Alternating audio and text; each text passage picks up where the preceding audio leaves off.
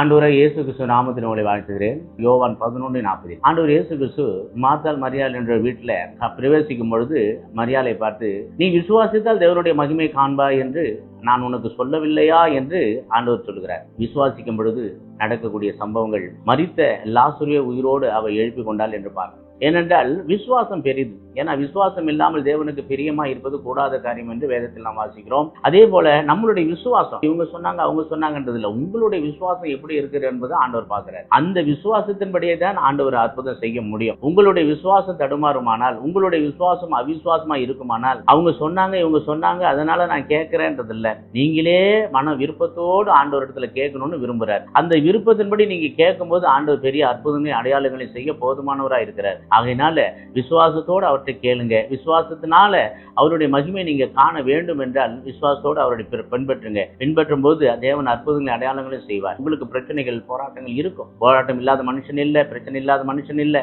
ஆனாலும் அந்த விசுவாசத்தோடு ஆண்டவர்கிட்ட கேளுங்க. அப்பா இதெல்லாம் எங்களுக்கு குறையணும், இதெல்லாம் நிவர்த்தி ஆகணும்னு சொல்லி கேளுங்க. ஏசப்பா எங்களுக்கு உதவி செய்யுங்கன்னு சொல்லுங்க. விசுவாசத்தோடு சொல்லுங்க. ஆண்டவர் அப்படியே உங்களுக்கு செய்வார். ஆண்டவர் உங்களை ஆசீர்வதிப்பாராக. ஆமென்.